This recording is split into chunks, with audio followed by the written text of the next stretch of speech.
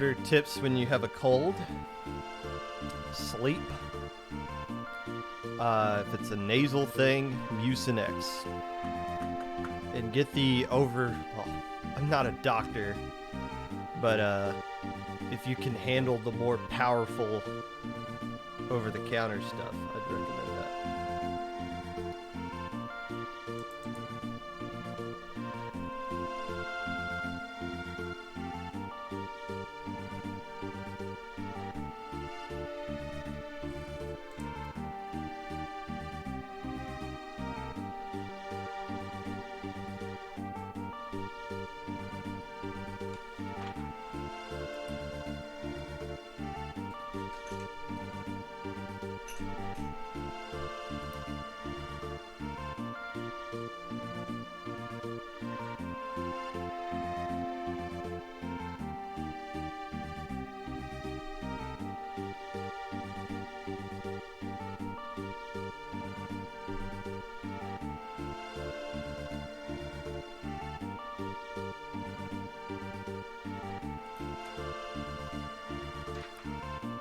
You know, I keep seeing this thing you're trying to do at LTC. That's the race. Is that a joke or is that an actual thing?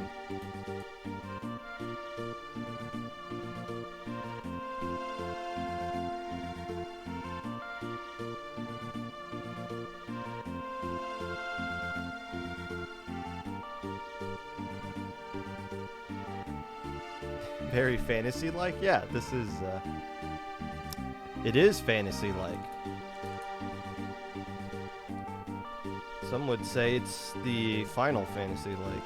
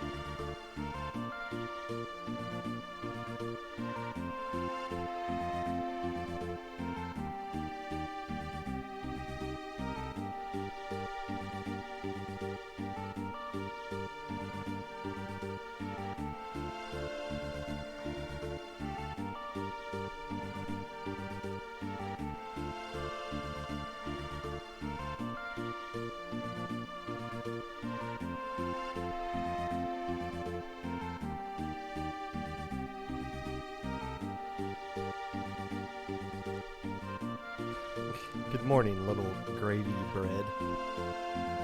Lee gravy bed.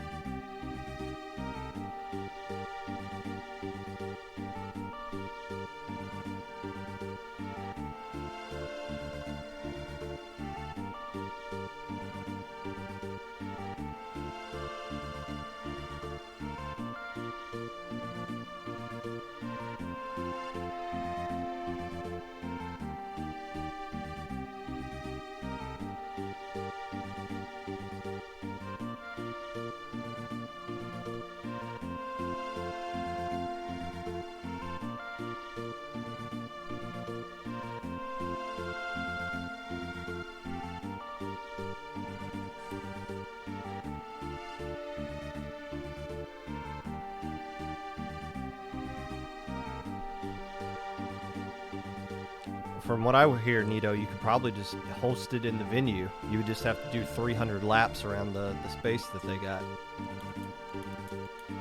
For the Splatoon venue, at least.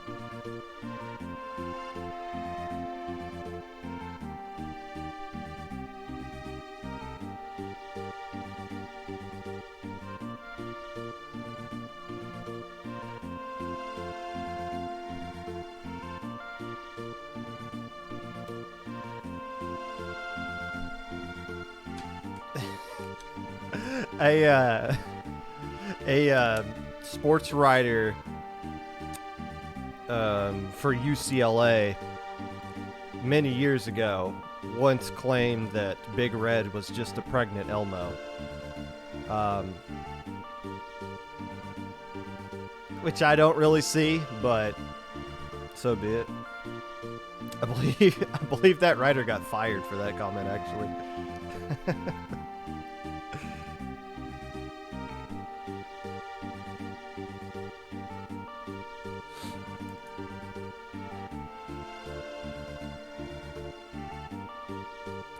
Toyobin, hello. Toyobin.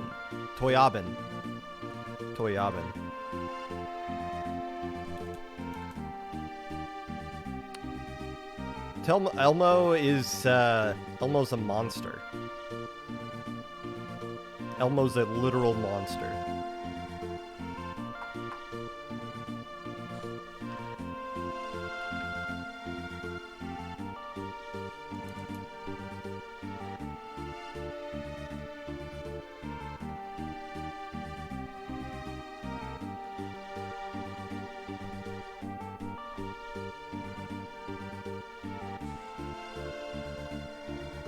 Toyota. I recently bought a new Toyota, actually. Not a sponsored plug or anything. Although, if Toyota was looking to get into the very niche competitive Splatoon in the West podcasting scene, they know how to reach me.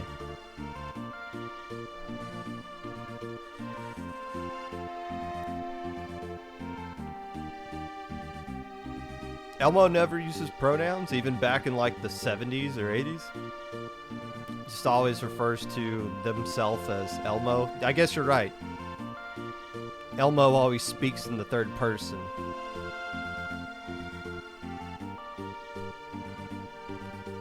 But other people on Sesame Street have referred to Elmo by a pronoun, unless they've just been like misgendering Elmo. And Elmo just never really called him out on it. I don't know. Regardless, my point being, I'm not going to assume a monster like Elmo could not get pregnant. Why are we talking about this? I'm not going to assume Elmo's anatomy is the same as any other creature.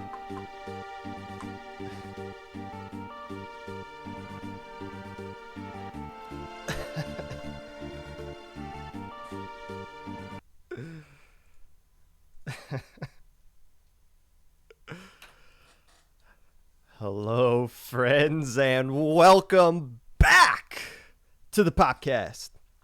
Whenever you're listening to this, whether it be live or VOD, Twitch or YouTube, or Spotify, while you are retweeting Falco's land packing list from last year, feeling bad for Zero Deaths, as they are the only team not to get taunted by Jackpot on Twitter, spending a full minute trying to tell me and Risa that our mics are muted on the Ink TV stream. Whatever it is that you're doing right now, appreciate you taking the time out of your day to listen to this. Unless I don't. Hey, I I've stopped looking at the idiots in chat a long time ago. Not you idiots in this chat. By the way, if you want me to actually acknowledge anything you say from here on forward, leave a highlight message. But the people who comment anything on a tournament stream that I'm commentating, I no longer have the Twitch stream up anymore. I'll leave it up for Low Ink. But for anything else, like Ink TV gets way too many views. you draw in way too many jackasses into that chat to where I realized pretty quickly, like, oh, I really shouldn't be looking at what these idiots are saying. Just for my own mental health going forward. So if you were watching the Ink TV chat and just screaming because me and Risa were muted for like a solid minute before we commentated our set of Graveyard Shift and Penguin, we didn't see it until Spoon came into our mic. It was like, nobody could hear you guys. And we're like, why not? We got that figured out. We moved forward. Took last week off.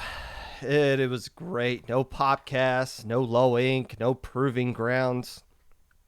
Just had a nice, peaceful, relaxing week of helping out with Ink TV for 2 days in a row. So maybe I didn't really take a full week off, but at least we took a week off from the Popcast. I did not go out and get a new script book like I said I was going to on Twitter. Instead, I just grabbed a sheet of paper from the printer at work and just wrote down the whole script on here, just like I used to do 70-ish episodes ago. So now I do keep these, by the way. I do have every single script from episode 1 to 173 stored away in this little filing cabinet behind me, which I need to do a better job of organizing, but eventually we'll get a new script book. If you're going to Low Tide City, I'm bringing my old script book. I don't have it up here with me. It's downstairs in the kitchen, but I will be bringing it with me to Low Tide City. And if you are somebody who actually listens to what we got here and you enjoy it, I would like for you to sign it. And if you're not going to be at Low Tide City, well, sucks to suck. I don't know if registration's still open or not. News of tournaments may be of interest to the casual listener of the Popcast. Not really much going on that I could see off the top of my head. No word on when Little Squid League 30 is going to be. I would assume I think they might want to. I don't know. I think this Saturday might be their best chance to do it, but they haven't announced it yet, so I don't know if they're going to do it this Saturday. I don't think they want to compete with Ink TV again, considering it basically took all the streamers they would have last time they had Little Squid League. The weekend after that's Low Tide City. The weekend after that is Low Ink, and then there's probably some other schmuck tournament going on the weekend after that, for all I know. So I don't know when Little Squid League 30 is going to be. But when I find that out, you guys will probably know ahead of me, but I still like to give them a little plug here anyways. Proving Grounds Friday, Ink TV playoffs on Saturday. So this is a good week to just kind of chill, get some grinding in for your Low Tide City team, and watch what might be the best thing we've ever seen this upcoming Saturday. Today, we are not going to be talking about the Low Tide City preview like I initially said that we were going to on Twitter. That will be next week. We'll talk about it a little bit. We'll talk about Low Tide City a little bit today. I won't just completely... Don't leave. You'll still be interested in this. Instead, we're going to be talking to Kbot about Ink TV stuff, sprinkling some tassel, and maybe get poke and prod about some land stuff as well. But the Low Tide City preview will be next week. The week leading up to Low Tide City.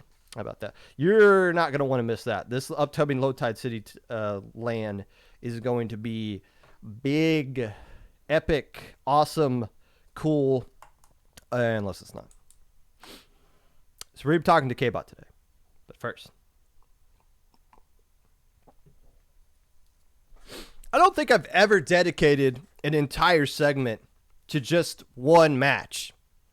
A whole tournament? Yes, of course. But just one match of 3 best of 3 sets? No, I've never done that. And you guys wouldn't tune in if I ever did that. Unless it was something that we saw last Thursday. The streak is over. Starburst is now 48-1 in matches against teams outside of Japan in Splatoon 3. There's a clip of me saying that, of course, they're going to get to 50, but will they find ways to get to 100? For once, I was actually wrong about something. Don't fact check that. 48-1. And who do they lose to? Alliance Rogue, a team who didn't even have 4 players on their roster about a month ago, hands Starburst their first L ever in Splatoon 3 against a team that didn't have at least 75% of their players from Japan, and it happened right in front of your stupid faces, live-ish on Ink TV. How about that? At no point during the set on Thursday did I think Alliance Rogue was going to win. At no point. It wasn't until, let's say, 200 frames after Little Judd called the game into Alliance's Rogue favor on that Splat Zones Mako Mart game where it sunk into my brain, oh crap, AR just won that match against Starburst. I couldn't believe it. There was at no point. I was just waiting. I'm just sitting here waiting for Starburst to do some Starburstian thing where they just, oh, no, we just auto win in this scenario, regardless of what's actually going on. And it never happened. And there were so many opportunities for it to absolutely happen, and it didn't. There was 3 best of 3 sets, which ended up turning out to be basically a best of 9. Alliance Rogue won 5-4 in a sense. By the way, there's a way to where you can win a set 4-4 in this kind of scenario, which is kind of weird. First set was Rainmaker. Starburst won that one in a 2-1 fashion. Second set was Clam Blitz, which Alliance Rogue won in a 2-1 fashion. And then the third set was Splat Zones, where it looked for sure Starburst was going to stomp their way to a 2-0 victory in that one. They win the first game. They go to the second one at Flounder Heights. They get the lead. Going into overtime, Alliance Rogue comes back and beats them. That was shocking in its own right. Same thing happened the next game. They go to Splat Zones at Mako Mart. Starburst has the lead in overtime, and yet again, Alliance Rogue came back in overtime, somehow gets the right kind of splats in the most clutchest of moments, and wins that one as well. This is the most bizarre way. You would think when Starburst finally has their streak broken, that they get cheesed by like Wipeout Punks in a Rainmaker only tournament or something like that. No, this was Splat Zones. This was a scenario where we've seen Starburst win time and time again. Going into this tournament on Thursday, Starburst was 6-0 in closeout games. So what does that mean? That means when you're in most of these coming from best of 5 sets, Starburst playing in those game 5s, they were 6-0. They've been pushed to the brink of losing a set 6 times, and it never happened. They've never been beaten. And yet Alliance Rogue broke through. They broke through that anime protagonist plot armor that they had 2 games in a row. And that's why I never actually thought AR won until like a few minutes after it actually ended and it sunk in. It's like, I cannot believe they were able to do that. This set was billed as the match of the whole tournament, as it should have been. Starburst versus the team they have seen the least out of all those other teams that were playing there, Alliance Rogue. And it lived up to the hype. Rarely do you ever see anything in this planet live up to the hype that we hype it up to be. It's either some match that you're not paying into that's not on stream, or some random low ink set that comes out of nowhere that makes you say, whoa, that was incredible. You just weren't expecting it to happen. Or it's another set like Jackpot and Crushed Soda, which we also hype up as something that's going to be epic, to where it's such a dud that you're sitting there like, can this end so that we can go do something else. I don't want to analyst desk for this set anymore. This isn't entertaining. But no, Alliance Rogue and Starburst ended up being potentially the match of the year. So let's ask that question. Was that set the match of the year? If you isolate it from the rest of the tournament and you just look with your blinders on just at this one match, Starburst versus Alliance Rogue, without any context around it, yes, 100%. Match of the year, match of Splatoon 3, match of, I think, when I think of like the greatest matches of all time, I'm biased and I think of low ink things. But in actuality, I think of that North America versus Europe championship, I want to say from like 2019 at the LAN, and then the winners went on to play GG Boys. I think of that Mako Mart Splat Zones game in Splatoon 2, how that was like, in my mind, the best individual 5 minutes of competitive Splatoon ever. But as far as Splatoon 3 is concerned, yes, it doesn't get better than this. It doesn't. Unless you put into context the tournament and what is on the line for the tournament here. This match was played in a group stage where both teams had already qualified for the single M bracket outside of the group stage, and the other two teams in that group have already been 100% eliminated. There was nothing on the line here. That match that we all saw, that's already got about 5,000 views on the Ink TV channel, was pointless. Literally pointless. It was a show match. It was like one of those things Dapple Productions did at the beginning of Splatoon 3. Let's just take two teams, let them play each other for fun. That's essentially what that was. But Pop Gun, they were playing for seeding. The loser got to play Jackpot. Dude, who honestly cares? Who honestly cares about the seeding for the playoffs? We already knew what 4 teams were going to be there. And yes, Jackpot blew Crush Soda out of the water. But if Jackpot and Starburst were to play in round 1, that's a win for us, isn't it? Isn't that the match we'd rather see? We've been seeing Alliance Rogue and Jackpot play against each other for a while now in the 4v4 Sundays. And over the past weekend, I believe they played in the zone against each other. We've seen that. I want to see Starburst versus Jackpot. And yeah, Crush Soda maybe could make things interesting. I don't know. But the point being, you can't say this is the greatest set ever within the context of the tournament that it's in, because it meant absolutely nothing within the context of the tournament. It's just the precursor for something bigger that's possibly to come.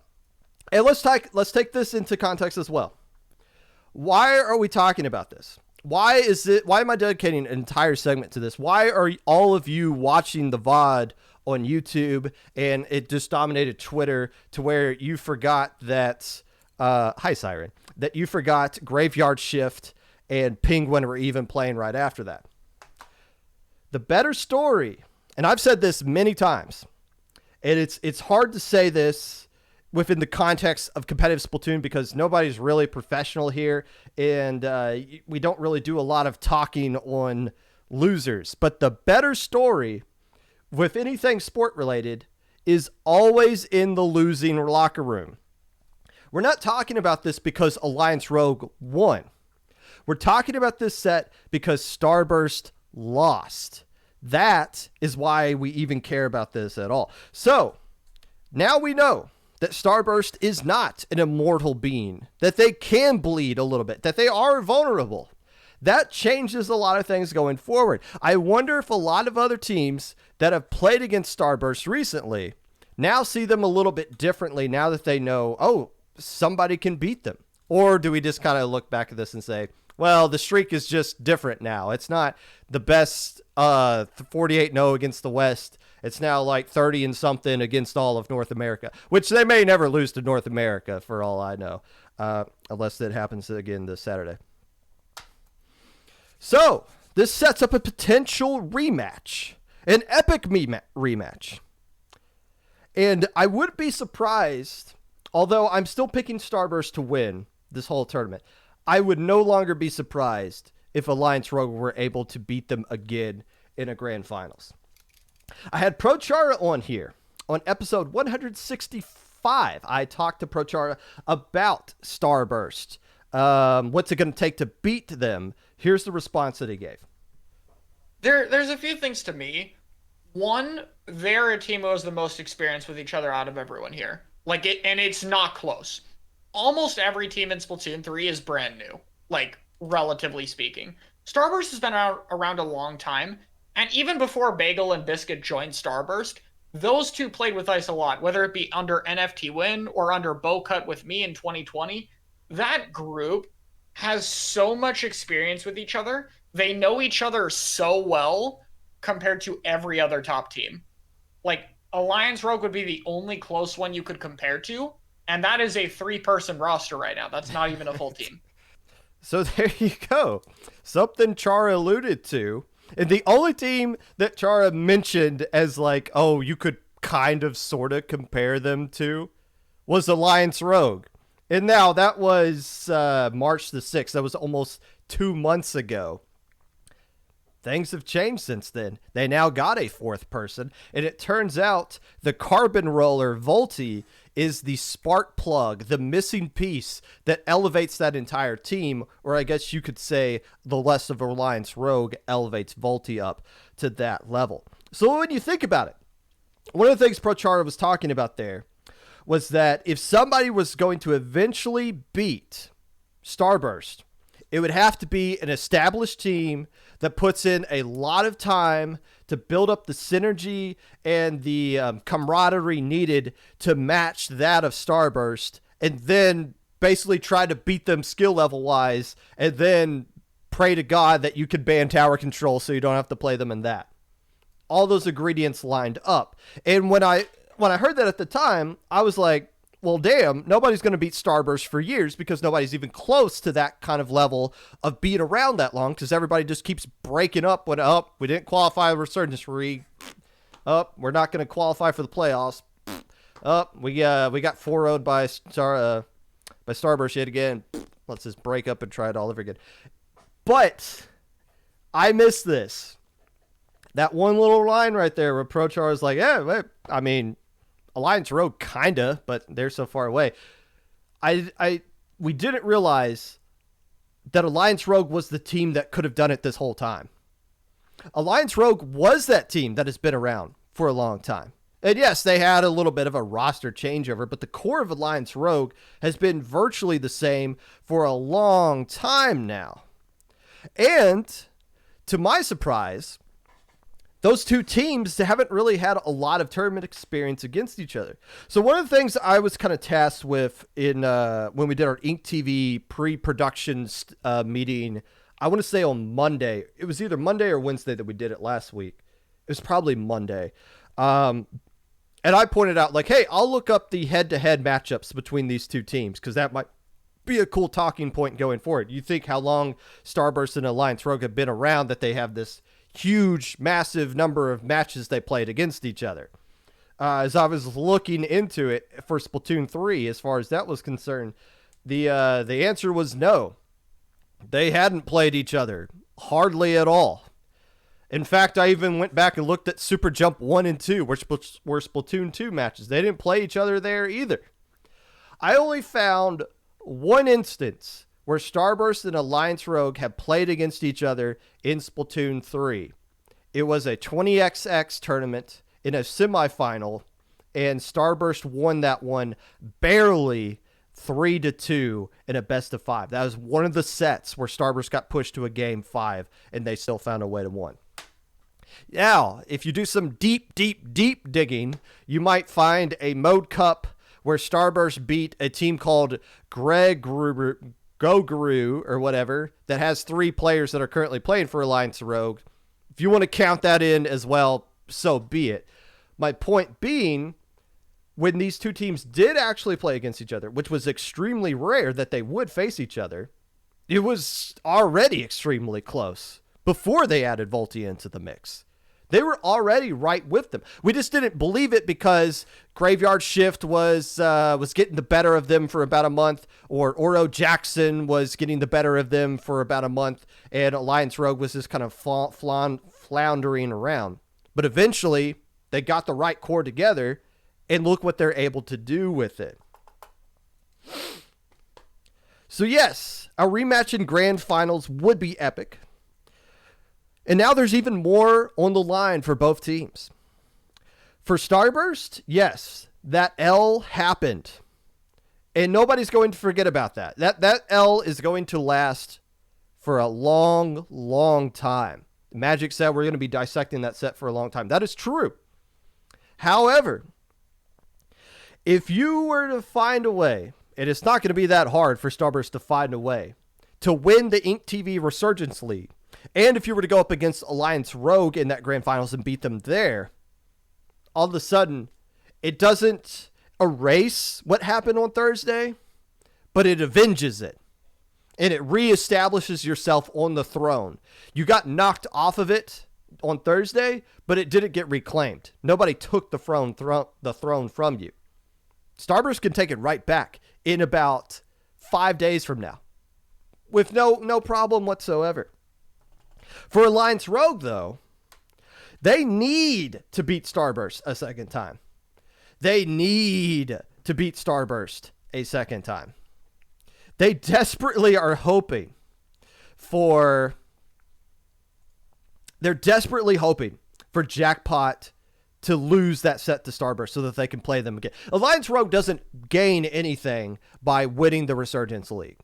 They don't gain anything by beating Jackpot again. Even though Jackpot, I believe, got the better of them a couple of weeks ago and before Sundays. They gain the world if they can beat Starburst a second time in 2 weeks and then win the whole league. That supplants them as the new number one team. That would do it. And they're recognizing that. Listen to this interview on the Ink TV Resurgence League with Gray right after the set ended with Alliance Rogue. Listen to what Gray had to say here when asked about some of the teams that Alliance Rogue could potentially be playing in the playoffs. For playoffs, I don't really know who I want to face. Crush Soda is amazing. Jackpot, we lost against Jackpot a couple days ago, like in a very close set as well, 2 and 3. I want to face them too, and obviously Starburst we beat today, but honestly, we play again tomorrow, maybe they win. You know, like they're still the best in the West, even though we won today. So we gotta prove, more. We gotta beat them more to establish ourselves. There you go. And by the way, that is probably one of my favorite interviews from a Splatoon player in recent memory. Could you imagine if anybody else beat Starburst and then we get like their initial reactions to it? We bring them on. Here's 700 people watching live. What do you have to say about that match against Starburst? With most of the players that we got on there, oh, yeah, we beat them. They were washed. Yeah, that streak meant nothing. They couldn't beat us. Nobody predicted. Oh, we got this chip on our shoulder this whole time. We could have won all along. Nobody believed in us. Popgun owes me an apology on the Popcast next week. I'm gonna DM Popgun. Nah, you didn't pick us. Yeah, look what happened now. That's literally 99% of anybody else that beats Starburst in that scenario. What does Alliance Rogue do? We beat them today, but they're still the best team. Like, we need to beat them again. Like we need to do that again. Oh my gosh. I know nothing about Gray personally. I mean, I watched them play, obviously. I don't know anything about Gray, the personal player, but it's so refreshing to hear just maturity from somebody in any other sport context. If the Kings beat the Warriors yesterday in the NBA playoffs and you put a microphone in front of De'Aaron Fox is going to be like, yeah, the Warriors, they won all these championships. They're still a really good team. But they hats off to us. We know we did a good job at beating them, but the Warriors, they're still a really good team. Like, that's just standard. That's what everybody says. It's boring. It's really boring. But in the Splatoon context, because we're so used to this community being full of young jackasses, that when somebody just gives a normal, mature response, it's like, whoa. But Gray's right. They need to beat Starburst again. There's so much on the line for them this upcoming week. Oh, I love it. And on top of that, we can't write off. There's still one other team. I'm sitting here talking about Alliance Rogue and Starburst like it's a done deal. It's not. Jackpot is still a part of this conversation as well. Jackpot has not lost a single game this entire Inc. TV Resurgence League group stage. They lost some games in the qualifier, mostly because of DC issues. Which, by the way, that would have been really weird if Jackpot had lost that game 5-bet because Leafy kept DCing out of the thing, and like that would change like the seeding of everything else. Which, by the way, is it fair to say Jackpot is the benefit of a weaker group? 100%, especially with how we saw Crush Soda not really live up to the hype down the road. But still, Jackpot is looking really good in this league in particular. In a normal tournament, though, where you don't have time to prep for a team ahead of time and you just got to play teams that they get fed to you in a best of 5, or if you fall down to losers, a best of 3 scenario, Jackpot looks great. But in the Insurgents League, where you get this whole week to do some game planning and to prep and to figure things out, Jackpot goes from looking great to looking fantastic. And I would not be surprised if they found a way to both beat Starburst and Alliance Rogue this upcoming weekend.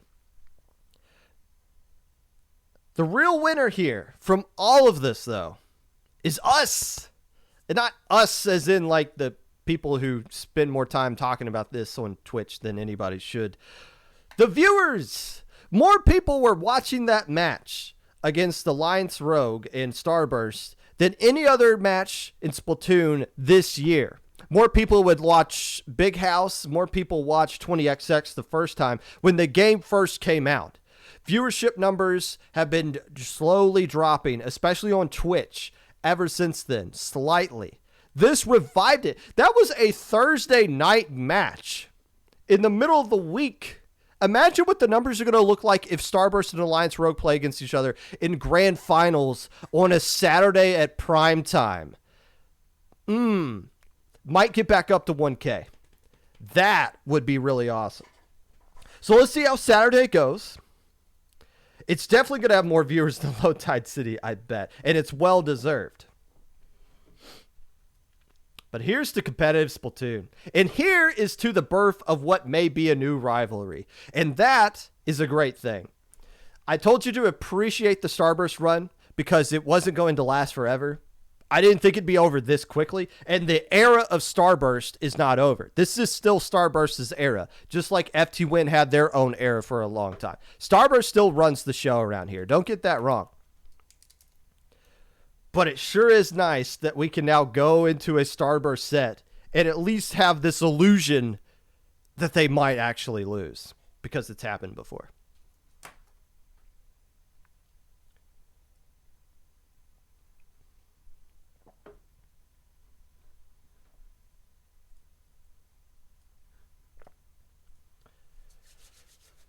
All right.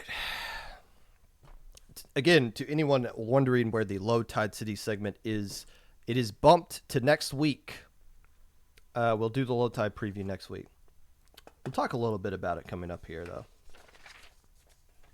Before we get to that, though, it is time, once again, for the weekly recap.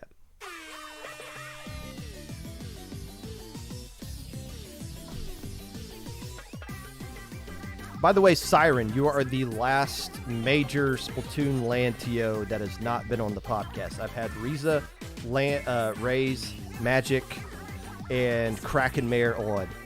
And Kbot. We need to get you on at some point. How's next week looking? In the Zone took place last Saturday. Flippa Floppa took first place. Alliance Rogue took second. And Chum Bucket took third. Jackpot finishing in fourth place. If you're not familiar with In the Zone, it is a Sindao tournament double elimination. Love the format for this thing. It's got a nice little unique twist to it. the maps are predetermined ahead of time by what maps you personally want. So it takes the maps you want, and it takes the maps your opponent want, and then it spits out a map list based on that. I think like the map you prefer is like the first, third, and fifth or something like that, and the other team, and then the final game is some sort of map that both teams have picked together. It's a really interesting concept. It's going to save people from complaining about map lists forever, and I hope this is the future of tournaments. It's not something you can do in like Battlefy or Start.gg, but I'm hoping at some point we get to a point to where like weeklies and stuff like that have those kind of rule sets going forward, because I really like it, at least from the outside looking in. I did play in it. Squid Junction number 42 was won by Nightmare. Decay took second place in Lando Tux. Ended up finishing in third. Decay is legit now. Decay is absolutely legit. Back-to-back deep runs in both Proving Grounds last weekend or a couple of weeks ago in Squid Junction last week. Decay is a team that needs to be seeded higher going forward. They seemed you can't really call their wins upsets anymore. That was just the standard. I see you, Decay. One thing I'm going to point out about both Squid Junction and In the Zone, both of these tournaments were double elimination tournaments. Both of them had less teams than sign up for SOS, and both tournaments lasted over 5 hours. This myth that double elimination is faster than groups in the single elimination is total bogus. Double elimination tournaments last longer, especially when you got enough teams to where you have to add extra rounds to the losers bracket. Your double elim bracket is only as fast as your losers bracket, which is why when people are upset about SOS and they think double elimination is faster, no, it's not. It seems faster because the vast majority of people that complain about the SOS format and want it to be double elim get eliminated within 2 hours. So it seems faster to them, but the teams that actually have to make it all the way to grand finals have this like hour-long wait and have to play 5+ hours. And that's with, and I'm not knocking any double elim tournament at all. The staff for Squid Junction are fantastic, and they work their ass off to make their tournament as fast as possible. But this myth that double elim is faster than groups in the single elim, I'm sorry, mid-level players, it seems faster to you. Get better results in a double elim, then tell us how fast that tournament is. If SOS wants to be faster, it needs to start implementing round limits. 25 minutes per round. The only people that have a problem with that are low-ink teams who did Proving Grounds. It worked perfectly. The CCA recap, which I forgot to look at ahead of time, was sent to me, and we're going to, as usually, just completely butcher this. And it looks like this is the final recap coming out of the College Cephalopod Association. In Division 1, it was won by the University of California, Davis, the UCD Banana Split team. They beat the Night Sharks of Central Florida 5-3. The Night Sharks are a team that are always a contender to win low whenever they play in it. Division 2 was won by the University of Maryland, College Park, the Old Bay Brigade. Got a 5-1 win over the San Diego State University, wrapping up Div 2. Nicely done there. In Div 3, the UC Texas Austin Nightfall got a win over the University of Whitewater, Wisconsin. The UW White team 5-1. Also, the other UT, the University of Texas team, Daybreak, finished in third place in Div 3. Div 4, Irvine Valley College, the IVC Diamond Rays, got a 5-2 win over the University of Florida Storm Cells. Third place went to the Oklahoma Sooners, OU Crimson. Irvine Valley College. Nicely done, whoever you are. Div 5, the Bradley University. We need to get a Pop Gun University. A Bradley University. Life Could Bradley Dream is the name of this team. They got a 5-3 win over Coastal Carolina University. taking Div 5. Third place went to the VCU team, the Goomies. In Div 6, the West Virginia Mountaineers. West Virginia University got a 5-3 win over the State University of New York Polytech Institute, the Wet God Empire. Third place went to Northern Arizona University, Nautical. And finally in Div 7, Rowan University. The Reef Unleashed got a 5-0 win. They dismissed the Farmingdale State College. The Farmingdale Rams. Go Rams! So Rowan University wins Div 7, and third place goes to Kutztown University, the Painting Hazard. Big shout out to Smiley Riley, who's been feeding me this information throughout the Collegiate Cephalopod Association season. So nicely done to the CCA folks and to the Splatoon Tourney channel, which I'm assuming has a lot of these VODs on there.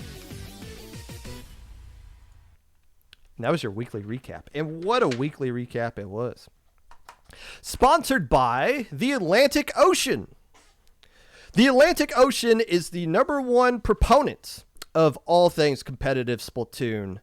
If we didn't have the Atlantic Ocean, there would be more Starburst versus Alliance Rogue matchups. We could just see those two teams play against each other in all of the Nintendo Overlord tournaments and all the NA versus EU qualifiers. There wouldn't be any. They'd just all be one continent. Also, a lot less lag and DC issues. However, the Atlantic Ocean, kind of critical for human life. So, the Atlantic Ocean, the official sponsor of today's episode of the Weekly Recap.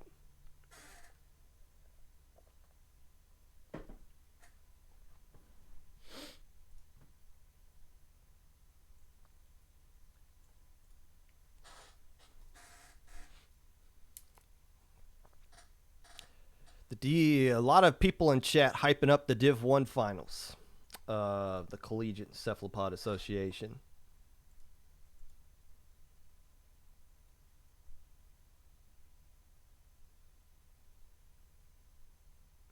Wait, what did I just read off? Something's not right here.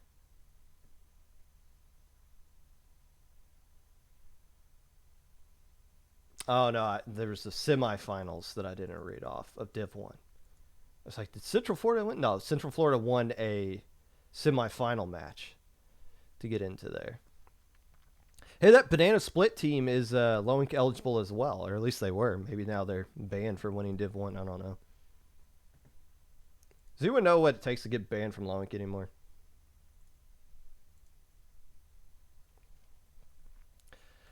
That is the question.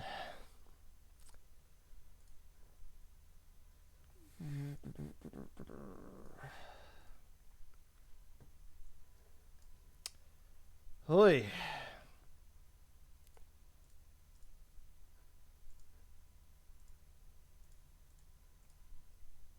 All right. That's enough nonsense. Welcome in to the Popcast. Not Walkie, as clearly I haven't updated this thing.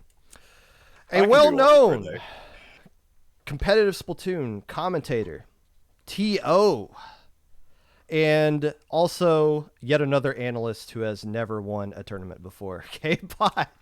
Kbot, how's morale today? Morale's all right. I've been productive today for once, which is good for me. Normally I'm pretty productive on Mondays, but I feel pretty good about today with everything that's been going on. So I feel good. I feel pretty good. How what's the situation with college now? Or is it finals week? Is finals over, or what are we Finals week is next week. I get 2 finals on Tuesday, and I've got 1 take-home final that I have to get done this week before next Monday. And then I'm free. I was kind of worried about it, like heading into low tide, because it was real close. But I don't have to be worried, and I can just get on my plane on Thursday and fly down and enjoy myself, hopefully, and wrap up all the loose ends and everything. I got a grade too, because I am a graduate student with a teaching assistant with responsibilities. So, you know, it's a bit rough, but hopefully I'll be able to wrap all that up before I head down to Texas. So that'll be fun. Well, there you go. That's some exciting times. How often in your, because if people don't know, you're getting your master's in sport management technically, but it's mostly focused towards the esports side of things. How Well, often, or correct me if I'm wrong. So the program is just sport management. Okay. I like anytime I'm asked a sport question though, I like adopt it to the esports context personally. The class is still sport management and it's the same class that everyone else is taking. I'm just the one that's like, instead of writing my research project proposal on something sports related, I write it on something esports related. Because I find that to be more interesting and engaging for me. Likewise, other people in the sports class almost exclusively, one of my buddies almost exclusively writes about golf because he's a golf coach, right? And that's what he wants to do. So very, very similar in that regard. But The so the tweet from last week about we should only listen to analysts who have won tournaments. That's no, look, I a lot of that was taken out of context. There's a lot more to get into that. But the point I bring it up is because if you were to look at just what that tweet was saying at a base level, you would be the poster child of the exact opposite of that. You've coached Seafoam, which at their peak did beat Sayonara in a best of 3 set. Obviously one of the most respected TOs commentators that we have in this scene. Is it fair to say you're probably going to have more hours in Tears of the Kingdom when that comes out than Splatoon 3, though? Oh, that's a tough question. I definitely will have more hours in logged in Splatoon because that'll include like the spectating hours. Yeah, right? yeah, that's not fair though. It's not fair. So, but it's hard to judge how many playing hours I have. I don't know like what level your little like experience marker's up to. I can tell you I'm not at 100 yet for that. I can't even remember what level I'm at. I still need to get up to level like 79 in the catalog. I haven't done that yet either. And that's scary to know that that's coming. And I should do that before I start playing Tears of the Kingdom and start getting into that. But no, I mean, look, I fully recognize that I will never know every interaction in the game. When you talk about like my job as a coach, right? It's more so taking the bird's eye view, the macroscopic view, and looking at pattern recognition across the board, right? It's not for me about, do I think like, I'll take what my players or what I hear and apply it. So for example, one thing I used the other day was a wiper versus machine. The machine feasts on the wiper 9 times out of 10. I don't know that because I've never played that, right? I don't know what that matchup's like. I've never experienced it. I just hear that it's a terrible matchup for the wiper. So maybe I go, okay, maybe we need to switch off the wiper. We need to think about how we're doing target selection or something like that, right? But in terms of that feedback, I have no idea. You know, I just take what everyone else tells me and tries to synthesize it and put together some kind of a plan. That's about it. Well, you make it seem like you're faking it till you make it. You've been doing a good job of faking it for several years now, if that's the case. Yeah, you know, I mean, I gotta say, and I don't mean this to sound like, I don't know, arrogant or anything, but I just don't view what I do as special at all. I just look at something and I go, what, you mean this isn't like almost obvious? Like I feel like I'm pointing out obvious things in most cases, and then I point out something or I talk about something and people haven't thought about it before at all, like triple strikes, for example. Like what's the point of the triple strikes? To enable someone to go in and use it as a smokescreen. And people are like, wait, that's actually really smart. And I go, what else were you using your strikes for? Glorified bombs? Like I don't know. So I don't view anything that I do as like particularly profound. Most of the times I just do things and I go, yeah, well, anyone can probably figure this out. I just happen to be one of the first people that figured it out, I guess. So I don't know. Whatever. Hey, maybe it all comes down to the presentation. There's nothing interesting, like the things I'm saying most of the time I feel like aren't like shocking or like thought provoking. It's just more so the way I say it, or maybe I just have a big enough audience to where people just don't question the stupid things I say anymore. I don't know. So Tassel ended. The last match of Tassel was 2021, I believe, in around January. So Yes. a little over 2 years. The scene has grown a lot since then. There's been a lot of people that have joined in the past couple of years, especially with Splatoon 3 coming out, who probably have no idea, have only heard the word Tassel before, but didn't really quite understand what it is. Could you first off explain what Tassel was, and then compare it to what we're seeing this month with Ink TV? Sure. So Tassel was Tassel Season 2 in the fall of 2020, where there was a North American group and a European group. Each had 5 invited teams. There were no like open qualifiers or anything. Each had 5 invited teams. The North American teams all played each other. The European teams all played each other. Each had a best of 9 match, where like the teams could pick their own maps and like put those forward, a little similar to In the Zone. You can tell Sendo's been toying around with the same idea for quite some time. And they would, each of the North American teams would play each other, each of the European teams would play each other to determine the top 2 out of the top 5 of that group, and then they'd advance on to single elimination playoffs. So in reality, the macroscopic view of the league is rather similar to the Resurgence League. The only difference was one of them was an NA group, the other one was a European group. And the other difference was all of the marketing presence that I ended up kind of just doing was an afterthought to the league. The league was going to happen regardless of how much hype was around it, because all of the players at the time, Sendo got all the players to agree to this league just because they all thought it was a fun idea to actually have a reason to fight each other in like this kind of like high stakes environment that was ongoing over the course of multiple weeks.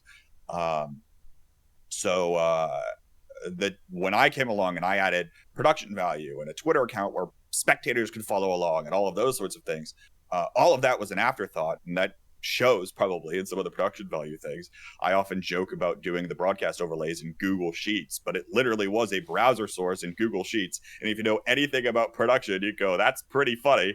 But that's what it was, and that's what we did. So I think but for the time, it had quite a large impact because, again, it gave a little more of a spotlight to each of these teams that you could follow along with over the course of multiple weeks and start to develop some of those storylines. The teams would be preparing for one another, and then you'd have these high stakes, high intensity matches, and you'd go from there. And then it culminated in playoffs, which didn't end up happening till like 2 months after the league ended, but that's, a whole nother can of worms. I will say the other difference to Tassel was the players scheduled their matches first, and then we tried to find a way to broadcast those matches. Whoever it was, there were 3 of us at the time with enough free time that could cover all of the matches whenever they were most likely to take place. So it was literally just myself going live on my Twitch channel, or Ninja going live on his Twitch channel. Towards the end of the season, 9 covered a few matches for us as well. And that was that. There was none of this, analyst desk stuff where we could actually guarantee that the matches were going to take place at a certain time, and you had talent, dedicated, that planned out in advance, and all of these sorts of things. And I was not a video editor, and I'm still not a video editor. And Spoon is, so that's allowed us to do a lot of other things. So the Resurgence League certainly has a higher production value and is kind of the next iteration of Tassel, even if the idea is slightly different, and it's just teams split into 2 different groups by which qualifier they came out of. It's my takeaway from just being involved with the Ink TV League is how high the level of production is for an event like this. And obviously I've done a lot of TOing stuff, but that's the extent of what I do, is TOing and commentating. The actual production stuff is mind-boggling. And when you think about everything that has to happen to pull off an analyst desk, to have the commentators, all the players set on every Thursday and Friday night for 3 straight weeks. And not to mention and I pointed this out a couple times on the podcast, how absolutely ridiculous it is to do 4 streams, every single match being streamed in the qualifier with all its own. I think you need to have at least 4 people available for each stream. 16 people just to stream one tournament, a qualifier. Like it blows my mind that is able to even be done. And I realize now, after being a part of Ink TV, why we don't see it that often, just because it takes that much work. Yeah. Is it so with like Tassel? What are the challenges with Tassel not being able to come back? Like what kind of prevented it happening? Was it mostly just because of that amount of work that goes into something like Ink TV that's hard to reproduce? Yeah, I mean, I'd say for the most part, I mean, I ain't got time. You kidding me? I'm a graduate student who's doing an assistantship and also occasionally gets pulled in to do some other random thing. I do work with the esports clubs on campus here. I end up casting random Splatoon stuff. The reality is I ain't got time to run that stuff, right? And that's why I'm very happy that Spoon, for the most part, and the rest of Ink TV has taken upon themselves to run it so that I can help in where I think I'm best, right? Which is in some of the creative decision making and in those processes. But there's no universe where I can imagine trying to pull together not only the like tournament operations side and worry about being meticulous with all of the production aspects and production elements and do all of that and coordinate it all myself right now. That's not happening. And that's the largest reason, really. There was a point in time where it was looking like it might happen, and certainly beforehand it was kind of like, well, it's a little soon after the last one, and we don't feel like the league would be interesting, because that's the other thing, right? If you know who's going to win the league ahead of time, it doesn't really feel like it's that interesting, right? Which is why last Thursday was a breath of fresh air for all of us. Yeah, so I would say like the largest thing is, look, there's a reason why I'm supposed to be retired, and the reason why I gave you the side eye when you told me that I was a TO, because I am not fully a TO anymore. Thank you very much. But yeah. Hey, we know how retirement goes in the competitive Splatoon scene, all right? You're just being consistent with everybody else with that. Now, let's get into it. The 4 teams that are made the playoffs. I'm not going to ask you for a prediction for things, but I want to go down each team, and I want to kind of get with the narrative that's going on with all of them. So, with Crush Soda, let's just get this one over with at the beginning. Most of their players have already taken the team out of their Twitter bio. It's the worst kept secret, or it might not even be a secret, that this thing's just over with. Is there still a scenario where Crush Soda can beat Alliance Rogue? Maybe. I would say it's unlikely if Alliance Rogue comes out and plays like they did versus Starburst. Because Crush Soda was kind of running around the map versus Jackpot, and they had no idea what they were doing. There's a world where, and the other interesting thing, right, as we talk about each of these teams, each of the teams has somewhat of a unique identity, right? Starburst, I mean, we'll get to all of the identities, I suppose. I always view Crush Soda as like a kind of mini Starburst because Kyo loves playing with the double crab idea. And then sometimes Kyo himself is going to go over the wiper or something, right? Compared to just the sloshing machine. Giving a little bit of extra pace, giving a little bit of extra paint, and those sorts of things. And so as we're talking about like these top 4 teams, the stylistic differences in the teams also are going to make an impact. And also have an impact on how they're going to play and how they're going to play each mode. And who wins might end up being determined by who gets to ban the mode, right, at the beginning of the match. In this case, I believe the higher seed will win the coin flip by default, and they'll have the choice of whether or not they ban or whether or not they order the modes in the set. or in the match rather. So I imagine a lot of them are going to opt to ban the mode that they don't want to play in the stylistic matchup, because I think that will be, on the whole, just that much more of an advantage, because you can probably feel reasonably confident in 2 out of the 3 other modes if you strike away one. You know, one thing I forgot to mention when I was talking about Jackpot or Starburst versus Alliance Rogue, they banned tower control. I believe it was Alliance Rogue that banned tower control. Correct move. But if Starburst had won, wouldn't they have banned Rainmaker? Wasn't that the mode they've been banning this entire time as well? I can't remember. I think it was. Which, that was the only mode they won on. Again, so it's not like, oh, well, if they didn't ban tower control, that Starburst would have auto won that. Like, no, I don't think that would have been the case. At least in that scenario. I don't know what Starburst was thinking there. I think you could also make the argument that they could have banned zones.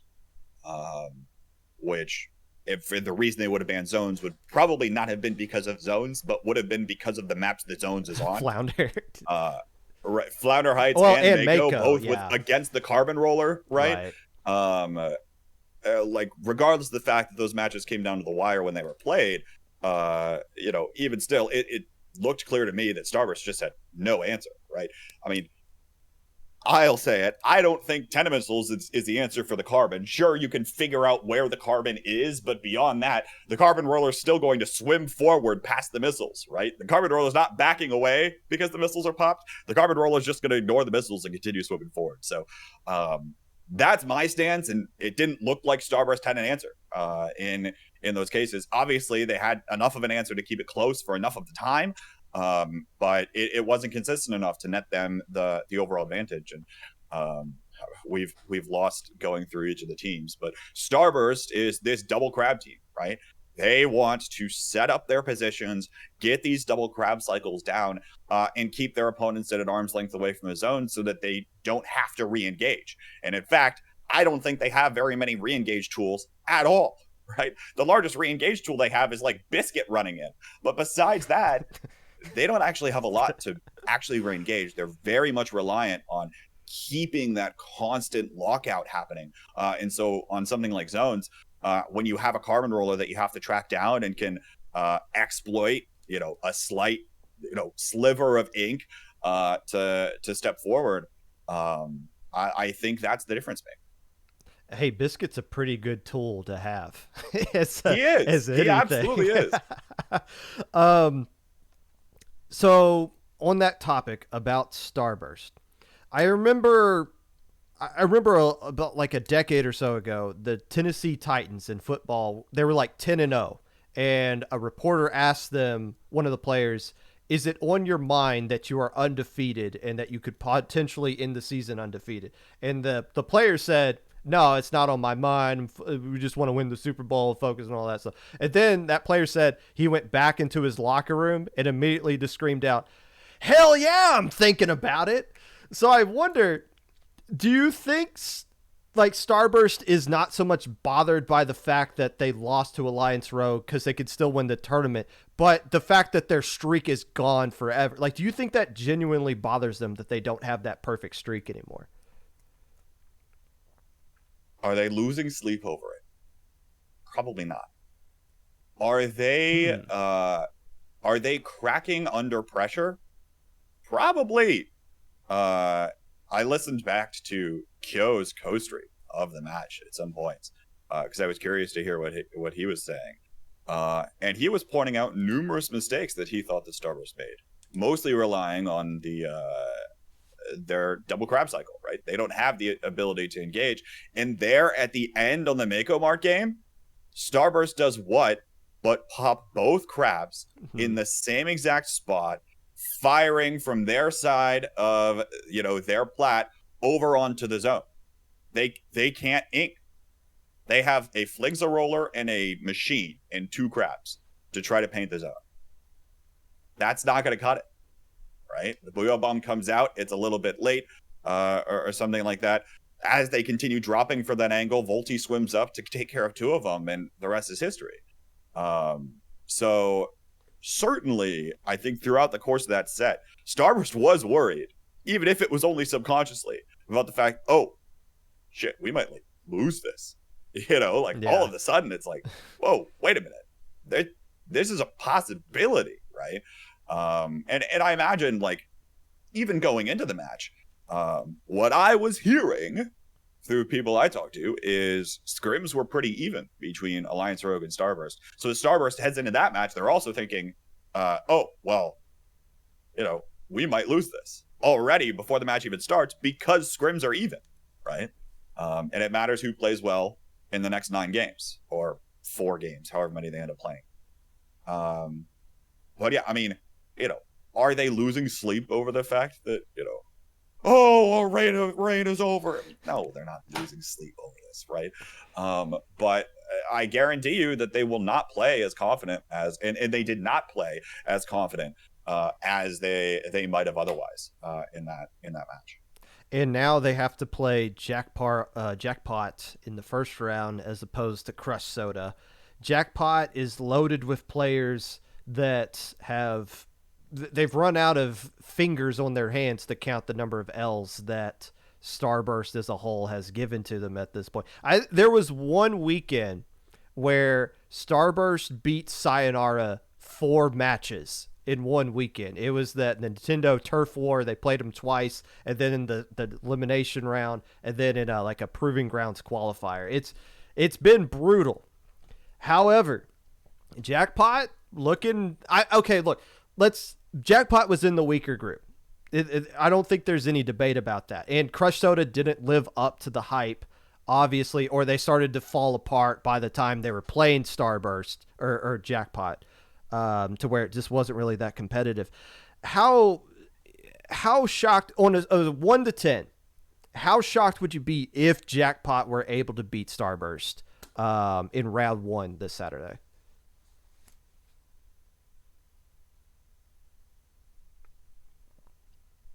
How shocked would I be?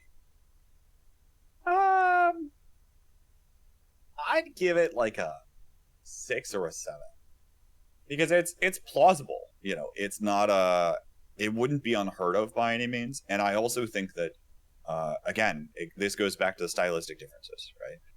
And this is something that I've been preaching for. I was preaching to Seafoam for a long time. I was preaching on maybe a handful of casts. I don't even remember everything that I did. But you cannot play Starburst game against them. You will lose. You cannot play Double Crab Machine Jet Squelcher or Double Crab Double Machine or something like that. You'll lose. You're just going to lose. Because you're handshaking, in my opinion, if you play Double Crab versus Double Crab, you're still handshaking to the mechanically better team. It almost doesn't even matter what the other 2 weapons are. Now, it might seem to start mattering a little, but even still, for the most part, you're handshaking half the match away, at least, to the mechanically better players. And guess what? 99% of the time, the mechanically better players are going to be the players of Starburst. So finding other ways that you can disrupt what Starburst is doing is better. Alliance Rogue did that. Jackpot, there's a world where they can do it. I imagine that Stamper might be slightly less reliable into Starburst because it's going to... It depends on how they're able to time their engagements and things. But I have been constantly surprised when Leafy and Madness connect with one another, how well they're able to team up and be an independent unit of anything else that's really happening on the map, right? They can just go in with a machine Stamper combination and they have just enough paint to get the job done. And in some cases, it's because Doc Q or Jared supporting them from behind. And in other cases, it's just the 2 of them going in and finding the chip damage and finding the combos. And it's something that, you know, again, there's not another team doing that. And there's certainly not another team doing that can challenge Starburst, right? So there's a world where it could potentially go the other way. I still imagine Starburst is the favorite because now they have a week to go back to the drawing board and figure out what they're going to do, not only versus Jackpot, but also versus Alliance Rogue. But I mean, it wouldn't be the most surprising thing to see that go the other way too, potentially. Yeah, and that's why I kind of raised some eyebrows when we heard Doc Q say, "Oh, we got something planned." It's like, oh, really? I'm genuinely interested to see Well, what that is, but I'm still kind of predicting the same exact comp they showed up to this point. but look, these Jackpot players have been thinking about getting their crack at Starburst since PAX again, right? That's what's been on their mind. And you can tell in a lot of the interviews that they do, you can tell in a lot of these things, they want their chance to be the ones to take the throne. Now, maybe Alliance Rogue has beaten them there. But how many which they might not have chances considered. do they get? Like they're on chance like 12 at this point. In that match against PAX, that was not a match. That was just for fun. I mean, the how many chances do they get? Well, how many chances can they change their roster? I mean, but look, this roster this time around looks like it's the strongest these players have ever been. Yes, right? Yes. Period, bar none, no exceptions. In none of these players, maybe one of these players was on Sayonara back when Sayonara was going up against FT Win at Genesis 7, right? In early 2020. So, like, this iteration of players, while, yes, a lot of them have had multiple instances and multiple challenges versus Starburst, it's never been this roster, and they've never looked this damn good while doing it. So it should at least be a exciting one, even if it's only 2 sets.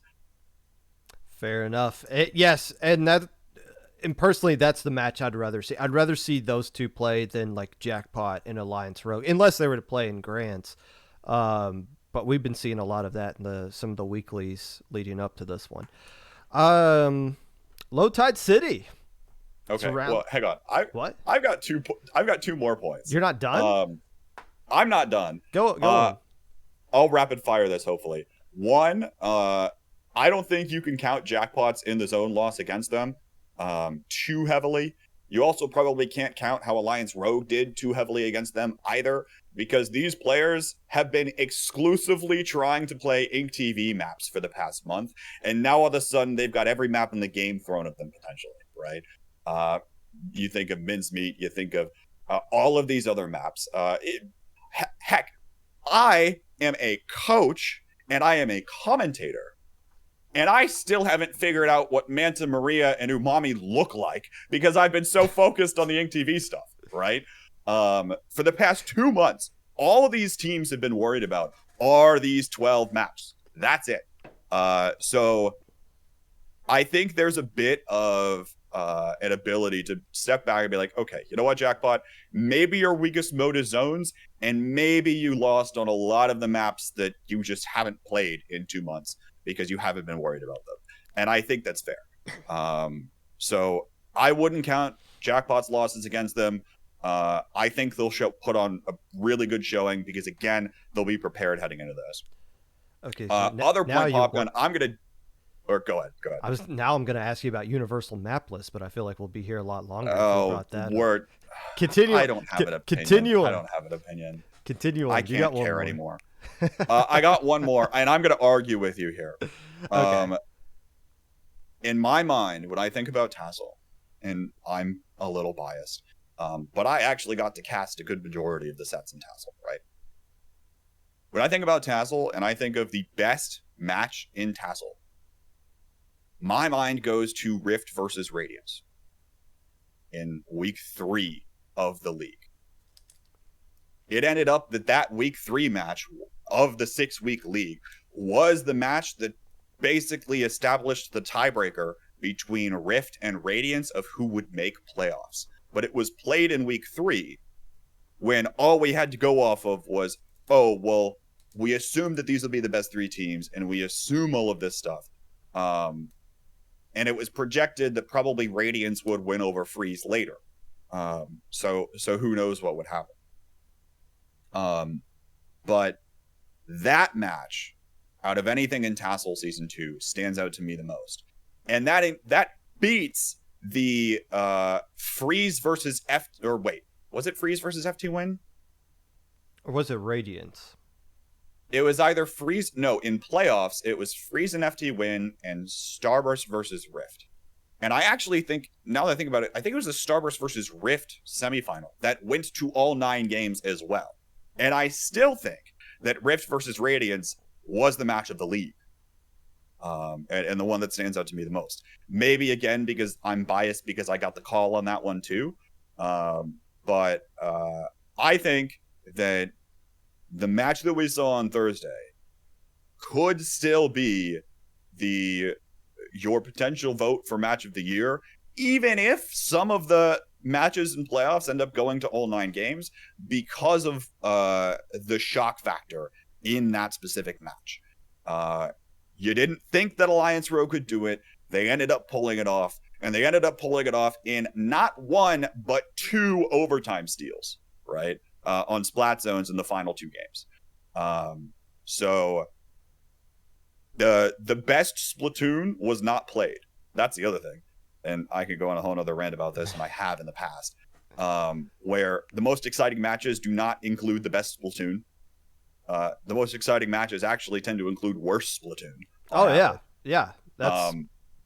That's why low ink is popular. It's not because the low ink teams are good. It's because they keep it close with each other. 100%. Yeah. So the all of that is to say, you can absolutely still have your match of the year be a regular season match, even if there aren't direct implications for continuing on in the tournament. I mean, how many winners finals matches have made a major, or how many losers finals matches have been more interesting than the grands matches at Lance, right? You can absolutely have something that has less stakes and less on the line that is still just a much more exciting match. Well, fair enough. Regardless, it was a very fantastic match. The point, and like I said, if Starburst wins the tournament, it doesn't erase that. That's always going to be there, and that's always going to be what we're going to remember Alliance Rogue for being able to do. It might not be the best thing Alliance Rogue ever accomplishes, but yeah, Starburst can avenge it. But yeah, that's never going to be erased for sure. Low Tide City. I don't have much to say on this, by the way. Okay, but the numbers wise, it is honestly, I don't know what the numbers are in compare. It's obviously the biggest Splatoon 3 LAN ever, which you only have 1-2 tournaments to compare it to. So like, it's the biggest Low Tide City LAN ever. Like, bro, there's only one other Low Tide City LAN. What are you talking about? Still, this is, if you're looking at the scene of LAN competitive Splatoon, at least in North America, because I know a lot of stuff are coming out in Europe now.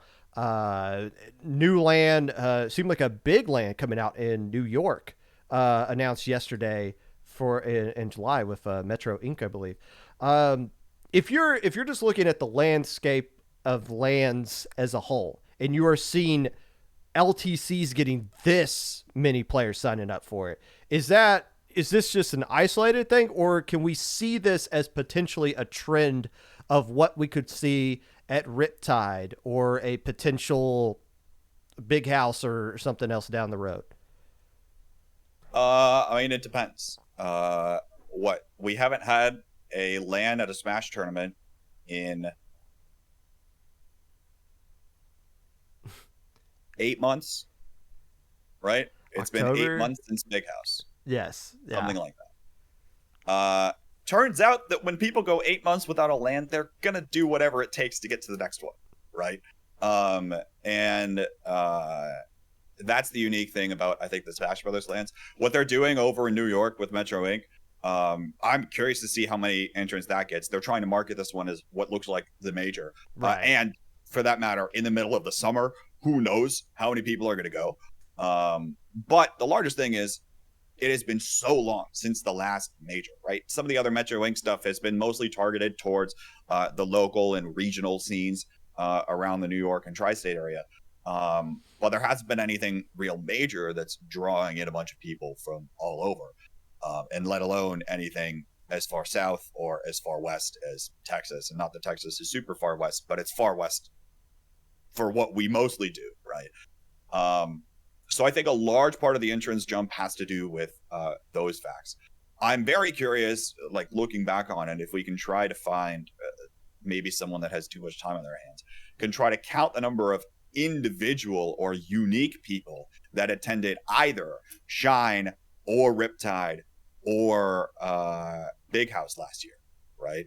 And how does that number compare to the number for Low Tide City? Because I imagine those numbers will be probably pretty close to similar, where people can only pick one event within like a 1.5 month time frame, right? So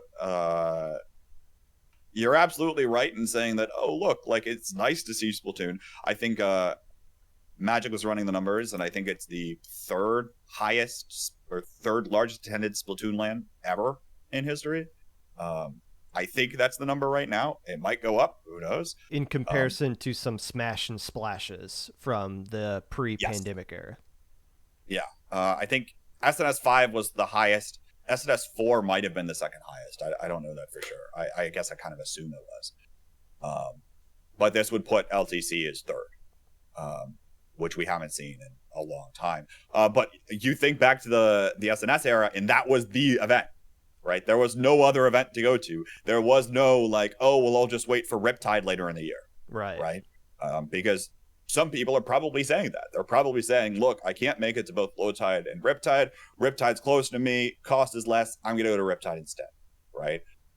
So in a way, the events we're hosting compete against each other. And that's just the reality of it. And by the events we host, I mean the events that they host, because I'm not involved in that anymore. It has been really, it's been a little weird not to have to worry about that at all, I will say. But you know, I just get to show up and have a good time at this event. So I got no idea what's going on there. But so what is your, so you're going to Low Tide City. What is your what's your schedule like? Like what are your plans for Saturday and Sunday? Great question. It's too far down the road, I guess, with college. That is too far down the road. I'm going to go where the wind takes me. I assume I'll be commentating at some point on Sunday, but beyond that, Siren and Magic were both joking that they're going to get a squirt bottle or a little plastic water gun or something and squirt me with it every time I approach the TO desk, just to tell me to go away. Because they don't want me there. They don't want me working. I got nothing for once. Hey, like even at Big House, I'm not allowed to say what I was working on, but I was working at Big House. Mm-hmm. And I actually still have not gone to an event and just relaxed for the entire event. So this should be a nice change of pace. Yeah, Riptide was supposed to be that, and then day one of the and then day one was Splatoon 3. Yeah. Yeah, that's one of my favorite chapters in the competitive Splatoon lore. Was how ridiculous that whole thing was. Oh dear. The whiteboard behind you, I can vaguely make out what it says. Number of days since I was on the Popcast. Is that what it says? Yep. 300. Yep. So it's almost been a year. It has almost been a year since the last time I was on. The last time I was on, you were not doing the face cams thing. Yes. Falco was the first person I've done the face cam with. How many times have I had you on? Is this the fourth time? I think this is 4. Yeah. Okay. So you're up there with Magic and possibly JPEG for the most appearances on here. Hey, we're always smarter when we talk to you, I feel like. And it's it's an easy segment for me to do, for sure. You know what the funny thing is too, is I have been on your show 4 times and I have not commentated a Low Ink Grand Finals once. Okay, so let's talk about that, because you've mentioned this to me a long time ago that like you would do it. The problem is you just don't know the teams and you don't want to be up there and not be able to talk about teams you don't really know. That used to be the case. Okay. So what's your excuse now? Now the excuse is you, Popgun, you know, but and maybe some of the people in chat know, but the majority of people do not know what the off-stream analyst call sounds like during the IGTV matches. And it sounds like a lot of me yelling. Because I'm watching the teams make the high level best of Splatoon teams make the same mistakes over and over and over and over again. And it's frustrating for me. I'll say it. And I express that frustration in a private setting. That does not mean that I think that anyone's terrible players. That does not mean that I think that I could do it better. In fact, I know I certainly can't do it better. But it does mean that I think they're not playing the game very well. And I don't think I love you all. You're the low ink players that might be listening. I love you all. I don't think I could do it. I think I would probably need to be drunk while I came on for a low ink cast. And I also love you all. And I also love you all. But I was grasping at straws during CCA Div 1 finals. Thank you, Nox, for powering through that one for me.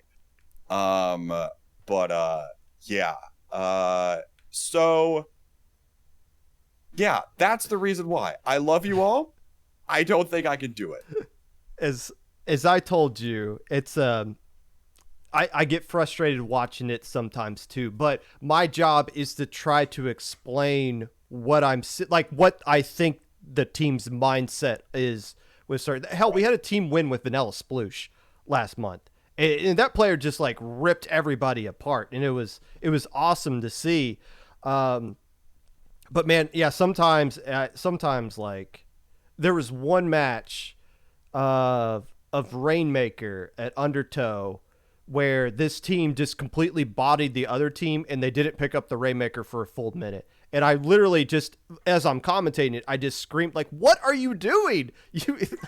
I think I said at the end of that match, both teams touched the Rainmaker once in 5 minutes. Both teams got one push. I think I said that was the most frustrating thing I've ever seen in my life or something like that afterwards. But it's, now, regardless, low ink teams, they're still very skilled. They're in the grand scheme of things, yes.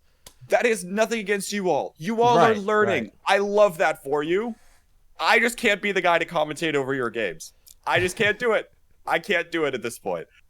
Maybe I've been too spoiled because I've been watching high-level Splatoon and almost exclusively high-level Splatoon for so long.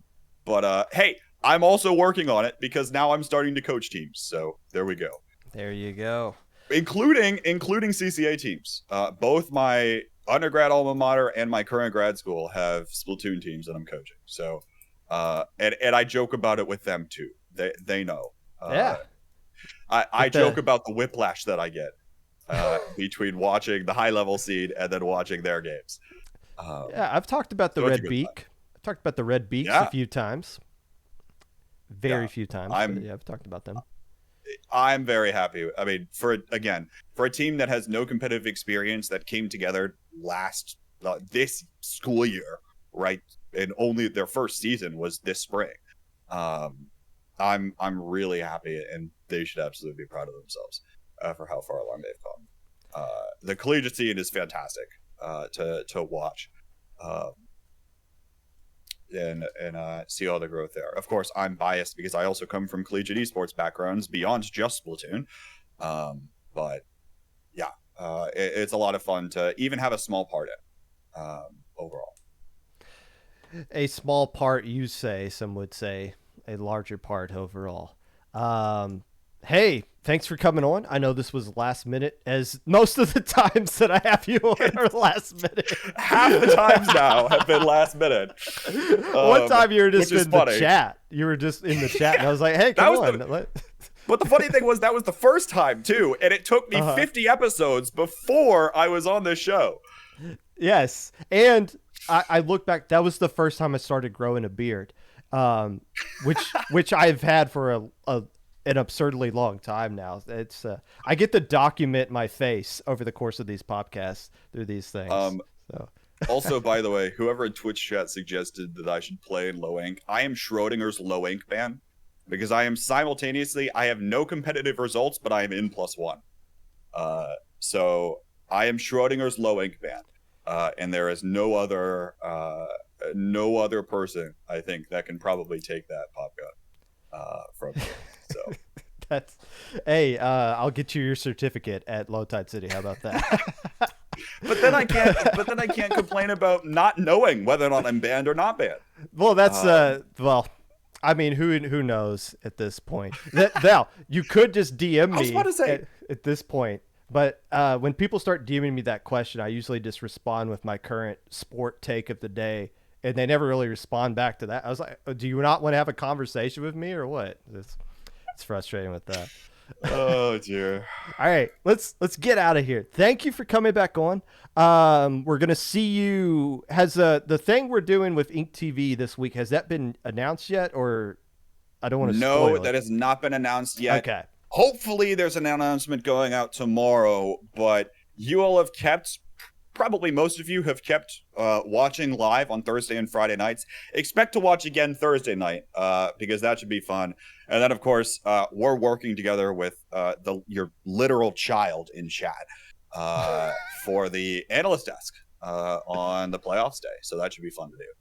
Literal child. You know, my wife technically was a guardian for him at Shine. So you say that, but like there's no. By the way, I hope you all are ready for me to use that same joke again because it got cut out of the VOD because Spoon wasn't recording. And that little intro got DMCA'd. So I'm using that joke again on Saturday.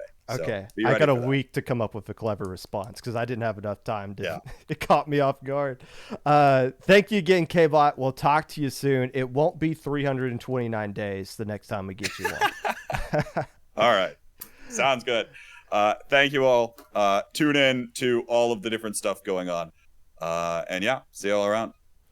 And that was Kbot, a well-established person in the community, regardless of how you would view his current TOing status or commentating or anything like that. We're always smarter when we talk to Kbot, and I always look at the clock way afterwards, and I'm like, oh, crap. Not that there's like a time limit for the podcast, but I do have dinner waiting on me, and I do like eating that. So I'll make sure to get to that at some point. We'll be back next week. Obviously, I'll be recapping whatever the hell happens this upcoming weekend with Ink TV. And we'll actually do the Low Tide City preview then. There's a lot of different teams to talk about. I'll go down every single team and give you guys the preview for that. With that being said, if you'd like to be a part of the podcast anyway, feel free to reach out. My socials below: Twitter, Mr._Popgun, Discord, Popgun, #5882, YouTube at 25Popgun, Twitch at Popgun25, Anchor.fm/Popgun, TikTok at Mr._Popgun. I feel like we can go to Squid School. Squid School. Let's go to Squid School.